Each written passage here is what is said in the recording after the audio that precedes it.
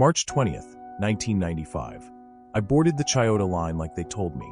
Bag at my feet, weapon in hand, countdown ticking inside my chest. And when the clock struck 8:01, I punctured the pouch. No explosions. No fire.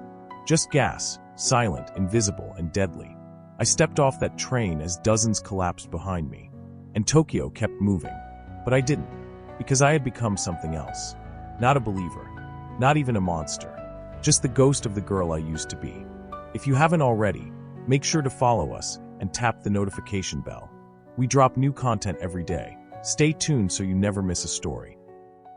Chapter 6. The Day the Air Turned to Ghosts. There are days when memory becomes mist. Where the past doesn't replay, it haunts. Where sounds echo even when the world is silent. That day was one of those days. It was March 20th, 1995. The day we were told Tokyo would be reborn. And I was on the train. Again. But this time there was no dry run. No rehearsals. This time, the bags were real. I had memorized the instructions. Board the Chiyoda line at Shinachinamizu. Carry the sealed pouch. Sit near the center. Puncture at 8:01 a.m. sharp. Do not flinch. Do not speak. Leave the train at Kasumigaseki. Discard the umbrella in the trash bin. Walk away. They made it sound so simple. Mechanical. But nothing about what I was about to do felt human. Still I followed.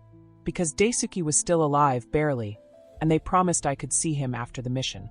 Because my chain had grown so tight, I couldn't remember the shape of my own throat.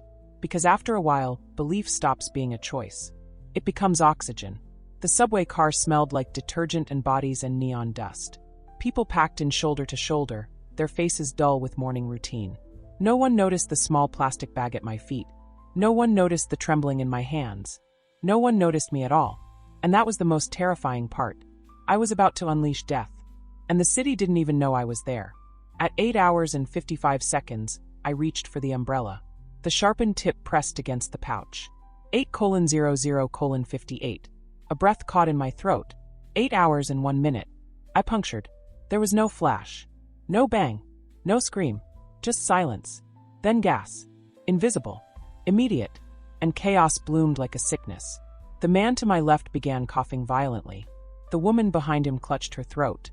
Children whimpered. The old man near the door collapsed. It was soundless but deafening. Someone vomited. Someone screamed. Someone tried to pry open the doors before the next station. And I stood up, just like they trained me to. Expressionless. Efficient. I walked out at Kasumigaseki, calm as the dead. The moment I stepped into daylight, I expected something to change. A crack in the sky. A tremor in the earth. Something to mark what we had done. But the sun kept shining.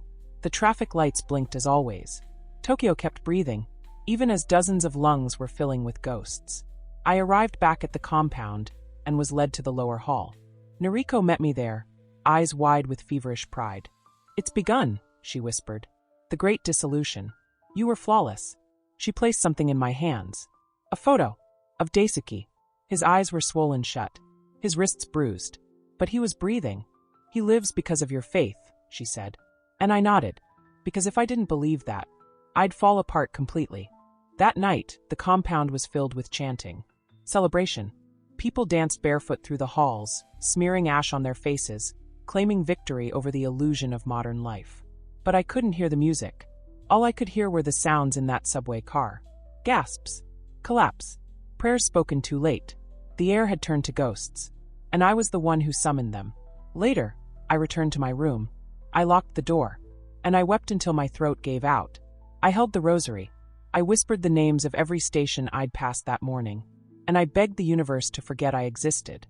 Because even monsters pray for mercy once they realize what they've become.